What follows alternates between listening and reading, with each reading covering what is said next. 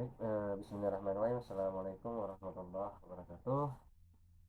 Nama saya Miftahul Ihsan, pengembang teknologi pembelajaran ahli pertama Dinas Pendidikan Kabupaten Indragiri Hilir. Kali ini saya akan membawakan materi terkait merancang media pembelajaran interaktif. Baik, pada sesi kali ini saya akan menjelaskan tentang kerangka TIPEC. Lalu yang kedua, mengenal dan memanfaatkan AI atau kecerdasan artifisial. Yang ketiga itu membuat media pembelajaran interaktif.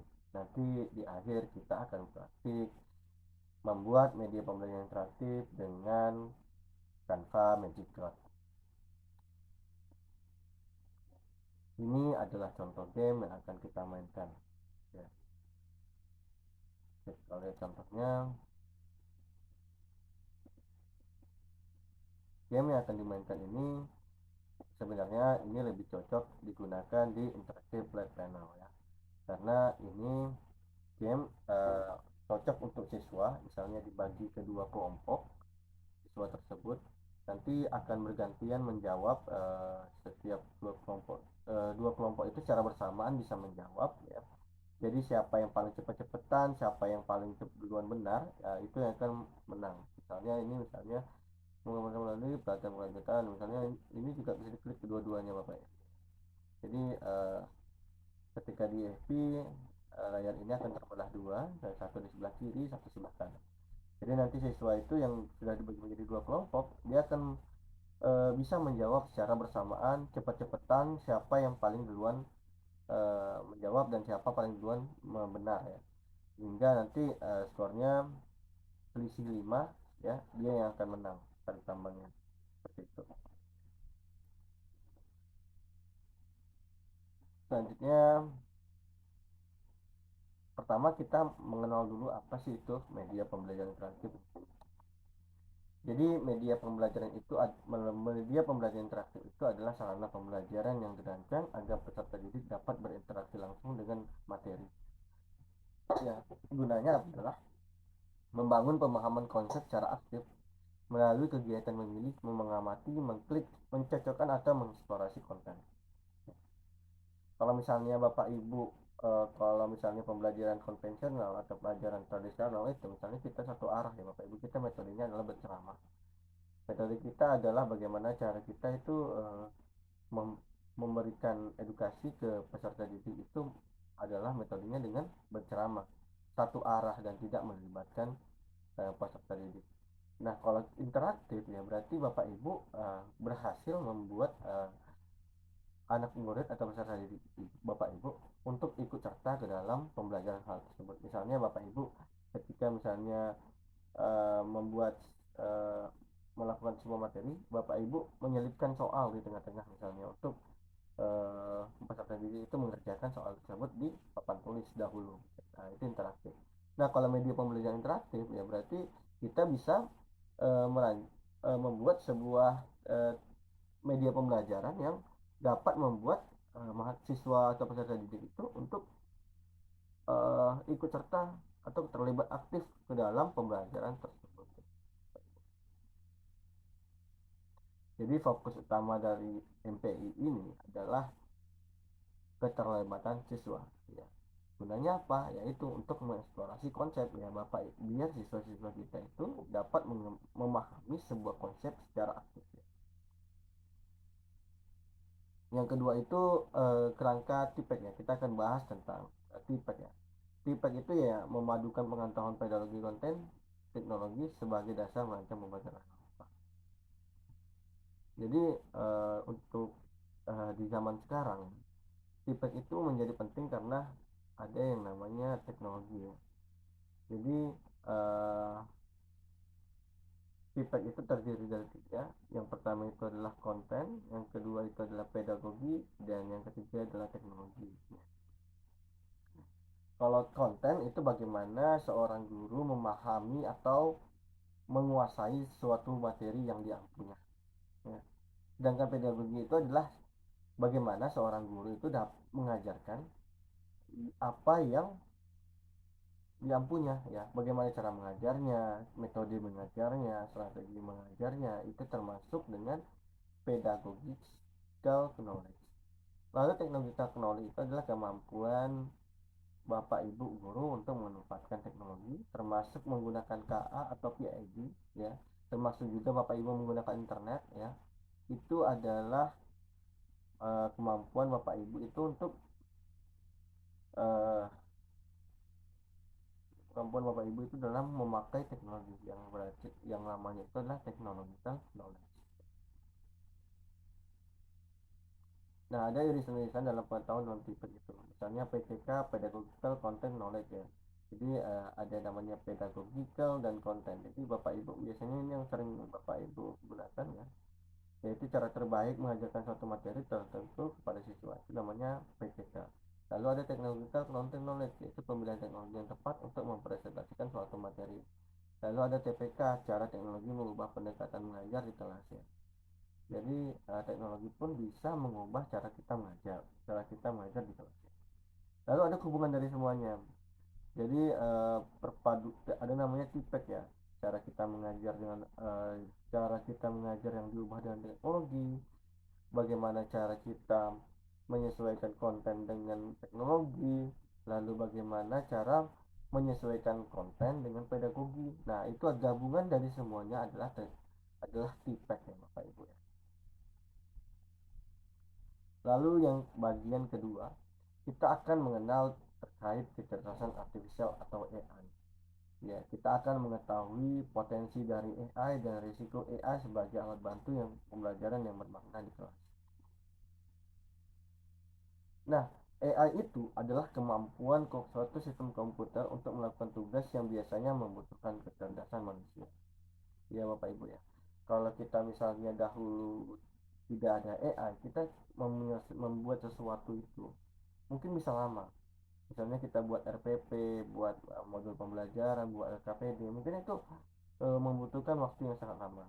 Tapi dengan adanya kecerdasan artifisial sekarang, kita seakan-akan punya asisten yang sangat pintar ya, yang mampu membantu kita untuk menyelesaikan masalah-masalah. Jadi di sini ada juga nih guna-guna dari KA ini. Yang pertama itu memahami bahasa, dia mampu juga mengenali gambar, yang ketiga belajar dari pengalaman, dan yang keempat mengambil keputusan Bapak Ibu. Nah, kenapa kita boleh melibatkan KA dalam pembelajarannya? Dari Kemendikbud sendiri, KA dan coding itu sudah menjadi prioritas dalam kurikulum sekarang ya, Bapak Ibu. Ini sebenarnya sangat relevan jika misalnya kita melihat bahwa 2045 kita akan mengalami bonus demografi. Jadi bagaimana cara Kemendikbud itu beradaptasi, yaitu dengan cara memasukkan KA dan coding ini sebagai mata pelajaran yang sangat prioritas ya Bapak Ibu ya.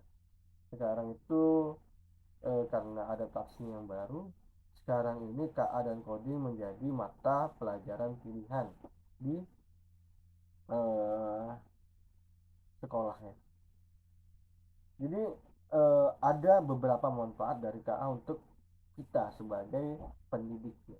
Yang pertama itu adalah personalisasi pembelajaran. Yang kedua itu efisiensi waktu guru. Nah, ini sangat bermanfaat buat guru ya, termasuk efisiensi waktu guru ini. Bayangkan kalau Bapak Ibu dulu itu bisa membuat RPP itu dalam waktu 7 hari. Nah, sekarang dengan adanya AI, Bapak Ibu itu bisa mengerjakan tugas-tugas administratif seperti buat RPP, buat LKPD, buat materi ajar. Bapak Ibu mungkin bisa menyelesaikan dalam waktu kurang dari 1 hari atau bahkan 3 hari gitu ya. Sangat menghemat waktu, sehingga Bapak Ibu itu bisa lebih berfokus kepada bagaimana cara mengajarkan konsep ya ke siswa, bagaimana cara kita mendidik siswa, lalu kita bisa lebih berfokus pada hal-hal yang lebih substantif ya. Akses sumber belajar luas, nah ini sangat jelas ya, kalau dengan adanya KA sekarang kita bisa belajar yang lebih banyak daripada sebelumnya. Keterampilan abad 21 ya, kita juga dapat mendorong keterampilan kritis, kreatif, kolaboratif, dan ledger. misalnya Bapak Ibu. Ya, ketika misalnya KA ini dimanfaatkan dengan baik, ya, kita itu mampu bisa untuk eh, berpikir kritis, kreatif ya, jika dimanfaatkan dengan baik dan bijak. Lalu ada namanya pembelajaran inklusif. Nah, adaptasi materi dan metode bagi siswa berkebutuhan khusus secara merata. Nah, tapi ada juga resiko yang perlu diwaspadai. KA itu walaupun menurut kita bagus, tapi KA itu tidak sempurna. Ya. Kalau digunakan tanpa pemahaman, justru bisa menyesatkan dan membuat siswa pasif. Ya. Tidak ada efeknya buat siswa. Yang pertama itu ada bias. Ya. Nah, KA itu bisa berat sebelah atau memihak ya. Dia itu kalau misalnya dia berat sebelah, makanya kita itu perlu yang namanya pemahaman suatu konsep itu perlu lebih dalam lagi Bapak Ibu. Misalnya kita ingin bertanya tentang fotosintesis. Kalau kita misalnya tidak punya pengetahuan tentang fotosintesis, apapun jawaban yang diberikan oleh KA kita akan terima-terima saja karena kita tidak mengerti konsepnya. Makanya penting bagi kita itu untuk mengerti suatu konsep. Agar apa? Agar kita bisa mengecek akurasi dan kita bisa memverifikasi jawaban dari AI tersebut. Yang kedua ini penting juga halusinasi. Ya. KA pun juga bisa halu. Ya. Dia juga bisa ngarang jawaban dengan sangat yang dengan cara yang meyakinkan. Sehingga kita percaya bahwa ini adalah jawabannya, padahal itu tidak betul ya. Makanya seperti yang saya bilang tadi, Bapak Ibu mesti paham ya mengenai dasar atau konsep suatu materi sebelum menanyakan ke KA. Yang ketiga itu kebocoran data. Ya, sebenarnya risiko penyalahgunaan data pribadi tidak hanya sebenarnya di KA saja Bapak Ibu. Ya, di semua platform kita tidak boleh memberikan eh, data-data pribadi kita, data-data siswa-siswa kita, data-data sekolah kita yang bersifat privasi. Karena apa? Karena dapat disalahgunakan. Yang keempat itu plagiat. Nah, kalau misalnya dalam konteks akademis, misalnya kita buat laporan, kita buat sebuah eh, RPP yang memang akan diaudit itu memang tidak boleh 100%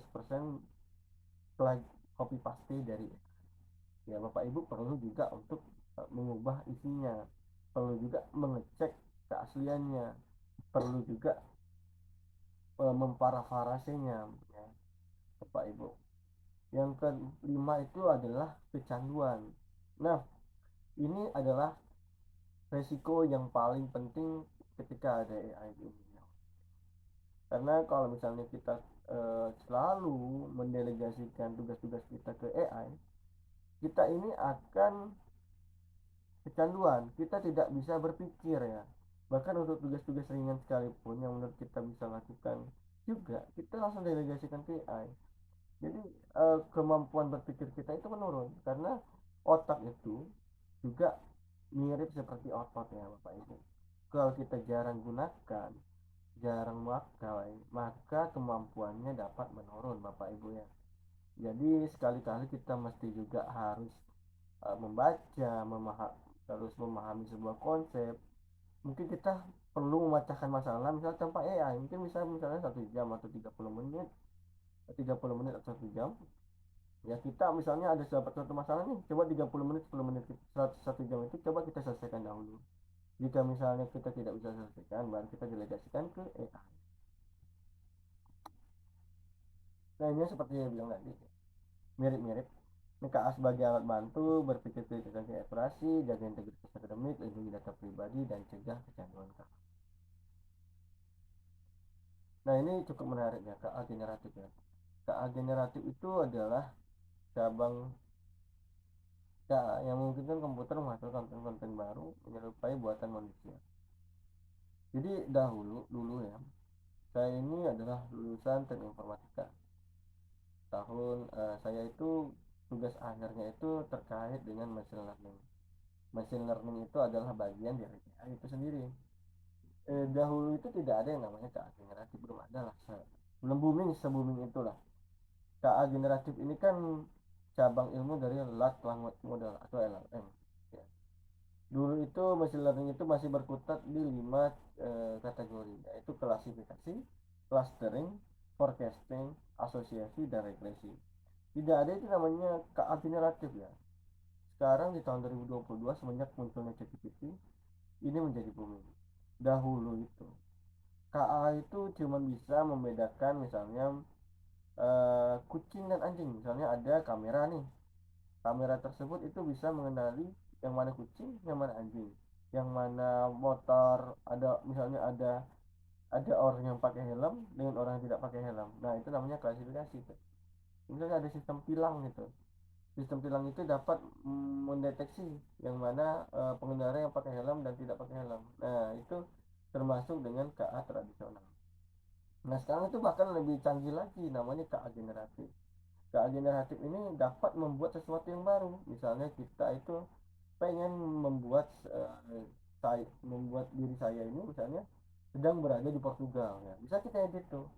Kita kasihkan foto ke KA-nya, lalu minta editkan ke KA-nya untuk berada di Portugal. Nah, dia akan memberikan foto kita sedang berada di Portugal. Ini ada beberapa AI yang dapat Bapak Ibu pakai gitu misalnya. Yang pertama itu adalah ChatGPT, Cloud, dan Gemini untuk menghasilkan teks. Kalau ChatGPT, Cloud, dan Gemini ini lebih cocok jika Bapak Ibu ingin mencari sebuah ide atau misalnya memecahkan suatu masalah. Nah, ini cocok juga misalnya Bapak Ibu tuh untuk membuat LKPD, menurunkan CP menjadi TP, membuat RPP. Nah, ini cocok di ChatGPT, Cloud, dan Gemini. Lalu ada Canva AI. Nah, Canva AI ini lebih ke desain ya. Bapak, tapi di sekarang ini Canva AI itu dapat juga membuat gambar, dapat juga membuat game, dapat juga membuat website ya, bisa juga membuat video ya. Jadi nanti kita di akhir kita akan memakai Canva AI untuk membuat game praktiknya. Lalu ada DALL-E dan Midjourney untuk menghasilkan gambar dari teks, lalu ada nama juga asisten. Nah, ketika kita menggunakan KA, kita harus mesti paham bagaimana cara memberi instruksi yang benar ke KA sehingga hasilnya bagus. Ini adalah prompt engineering namanya dan prompt execution ya. Nah, kalau kita pengen menulis prompt yang efektif ya, yang pertama itu setidaknya untuk efektifnya itu mesti ada 4 ya. Yang pertama itu adalah persona, kita tentukan peran yang diinginkan ya sesuai keahlian yang dibutuhkan. Jadi kita define dulu tuh ke AI-nya mau jadi apa AI-nya ya. Jadi kita tentukan perannya dulu ke AI-nya. Yang kedua itu kita jelaskan tugasnya, bantuan apa yang kita butuhkan. Yang keempat itu adalah format, tentukan tampilan respon yang diharapkan. Misalnya Bapak Ibu pengen buat LKPD tapi bentuknya dalam table gitu, nah bisa dibuatkan di format. Lalu konteks nih, tentukan batasan lingkungan dari hasil prompt ya. Misalnya nih Bapak Ibu ingin buat LKPD untuk materi kelas 7. Nah, bisa nih dibuat kontennya untuk materi kelas 7 gitu. Nah, ini adalah contoh prompt yang efektif ya, Bapak Ibu. Di sini ada personanya, ada tugasnya, ada formatnya, dan ada konteksnya. Sini adalah guru kelas IPA kelas 8 yang berpengalaman dalam menyusun soal HOTS dan memanfaatkan papan matematika. 25 soal pilihan ganda dan 2 soal uraian tentang pencemaran lingkungan yang mengikut kemampuan bersiswa. Ya, selanjutnya formatnya dan ada konteksnya. Nah, ini adalah contoh prompt yang efektif dalam untuk pembuatan soal. Nah, dalam merancang MPI ya, ada beberapa hal yang perlu diperhatikan. Pertama, kesesuaian dengan tujuan pembelajaran, kualitas interaksi, kualitas umpan balik, kesesuaian dengan karakter siswa, kejelasan tampilan dan navigasi, dan kesiapan implementasi di kelas ya. Jadi ketika kita membuat MPI, ketika hasilnya belum sesuai kita harapkan, kita mesti melakukan iterasi ya. Iterasi itu berarti kita ngeprom ulang ya, bukan ngeprom ulang sih, kita memberikan umpan balik ke AI-nya ya. misalnya kurang apa, kurang ininya, kurang itunya, kita bisa langsung bilang ke AI-nya. Agar apa? Agar sudah sesuai baru kita pakai untuk kita mengajar. Nah, ada 6 langkah gitu membuat model pembelajaran di Canva. Yang pertama itu analisis capaian pembelajaran ya. Kalau kita tahu ya, literasi numerasi kita itu kan rendah sekali ya Bapak Ibu ya. eh, tapi itu kan soalnya adalah persoalan kebijakan ya. Itu persoalan dari kementerian sendiri. Tugas kita adalah, kewajiban kita adalah bagaimana kita mengset standar kita itu sesuai standar kementerian ya. Ketika kita eh, sudah sesuai nih standar kita dengan standar kementerian dan masih terjadi literasi numerasi kita rendah, berarti itu bukan lagi menjadi salah kita. Standar yang ditentukan kementerian itu melewat yang namanya kurikulum. Nah, sekarang itu ada namanya kurikulum merdeka.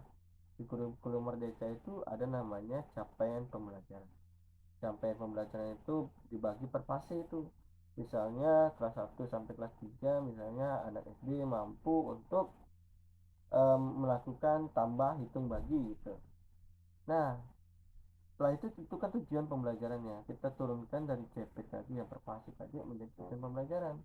Tujuan pembelajaran itu adalah bagaimana apa yang akan kita buat per minggunya ya. Misalnya setiap minggu kita akan belajar, misalnya minggu pertama kita akan belajar dasar-dasar penambahan gitu, dasar-dasar operasi penjumlahan. Nah, ini adalah rangkaian panjang untuk mencapai capaian pembelajaran. Jika kita sudah melakukan hal ini, maka kewajiban kita sebagai guru sudah sangat bagus. Ya. Yang kedua itu ya kita pilih materi pokoknya yang ingin kita buat menjadi MPI. Lalu kita rancang komponen MPI, lalu eksekusi di Canva. Jika misalnya hasilnya belum sesuai, kita bisa melakukan revisi. Kita coba-coba dulu, nih, apakah MPI yang kita lakukan di Canva itu sudah sesuai. Kalau belum sesuai, kita revisi, kita uji coba lagi, ulang, revisi lagi ya, sampai mendapatkan hasil yang bagus. Ini elemen utama yang diciptakan dalam MPI, ada persepsi, asesmen awal, materi pembelajaran, simulasi aktivitas, dan nah, kita langsung ke praktiknya Bapak Ibu. Membuat game tarik tambang di Canva Magical.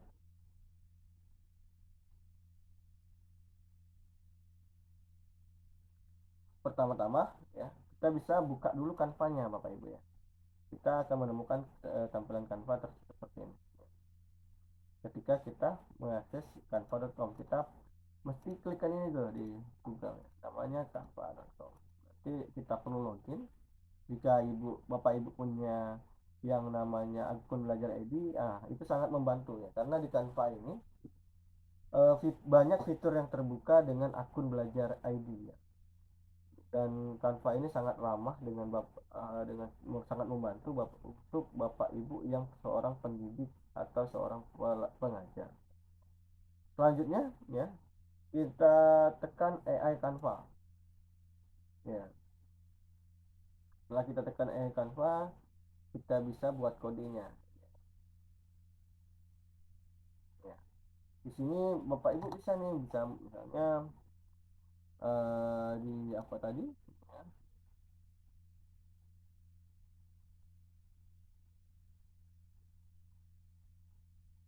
Nah, ini adalah contoh prompt yang efektif. Kita akan menggunakan prompt ini untuk membuat suatu game di Canva ya. Saya biar tidak lama, saya akan langsung copy paste saja. Jadi saya akan jelaskan bagaimana yang mana itu. Ini adalah uh, personanya.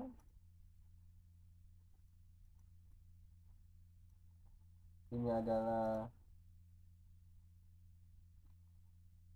tugasnya ya.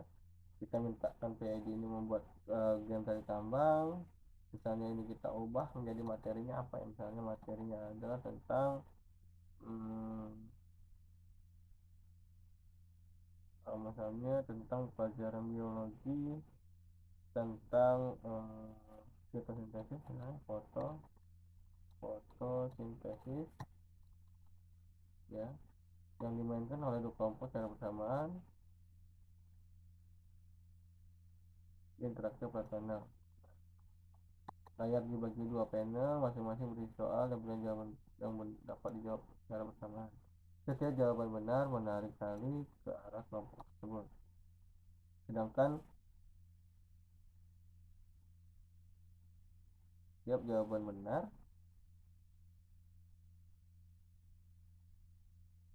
kelompok lawan.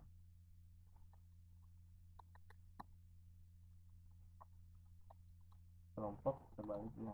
Sedangkan jawaban salah tidak menggerakkan tali. Kita buatkan kita perlu gunakan tampilan yang fun dan interaktif ya. Saya juga pengen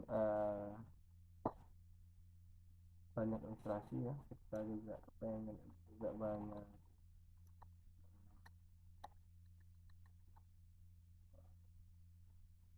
animasi teranimasi dan ada ilustrasi ilustrasi ya, ilustrasi dengan tepang yang menarik dan interaktif. Nah, kita ini adalah konteksnya, kita bisa menggunakan konteks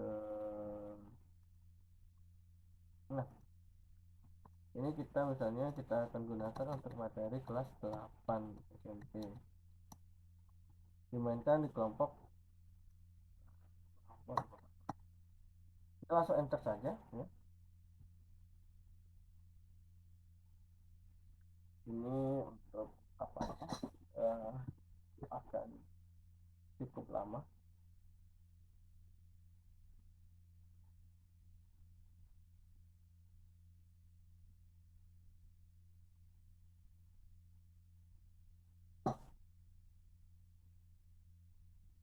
Sebenarnya kita coba untuk review lagi. Jika kita membuat sebuah permainan efektif ya, setidaknya ada 4 konteks ya, perlu ada 4 struktur yang perlu diperhatikan ya. Ini untuk Bapak Ibu mengerti.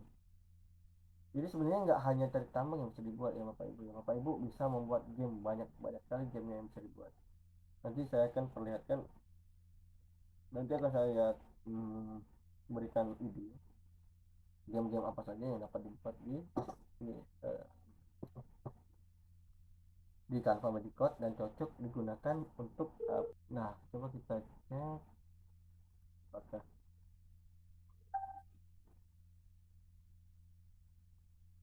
nah ini gamenya sudah jadi ya, cukup menarik kalau ya. Nah di sini ada siapa dihasilkan oleh proses fotosintesis, misalnya CO2 dan air, salah. Sekarang yang dapat menghasilkan fotosintesis masih reaksi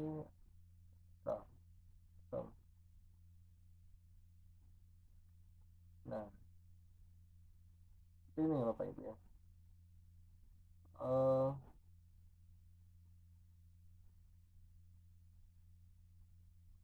ini jadi setiap ada jawaban yang benar dia akan menarik ke arah kita ya. Jadi kalau kita yang udah sampai sini ya, tambangnya, maka kita yang menang. Ini selisihnya 5 poin ya. Jika kita misalnya di sini selisih skornya udah 5, maka tim tersebut adalah tim yang menang. Nah, ini sangat menarik jika digunakan di IFP ya Bapak Ibu, di interaktif flat panel, karena interaktif flat panel itu dapat mendukung multitouch ya. Jadi siswa itu bisa menekan secara bersamaan, jadi bisa digunakan untuk permainan kelompok ya, cepet-cepetan siapa duluan menjawab dan siapa duluan jawabannya benar ya. Selanjutnya jika ingin Bapak Ibu pengen dapat materi yang lebih dalam mengenai NPI, Bapak Ibu bisa download ya ebook saya di ebook media pembelajaran interaktif. Itu linknya tuh ada di sini ya Bapak Ibu ya. dia juga ada barcode-nya kalau Bapak Ibu.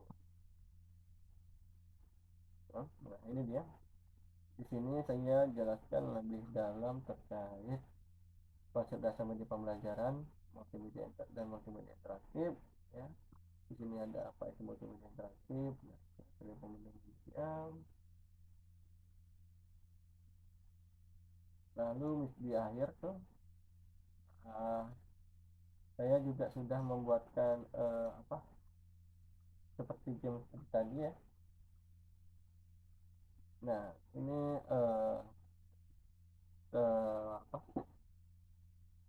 praktik tadi ya, ini adalah petunjuk-petunjuknya. Kalau Bapak Ibu misalnya lupa, Bapak Ibu bisa mendownload materi ini.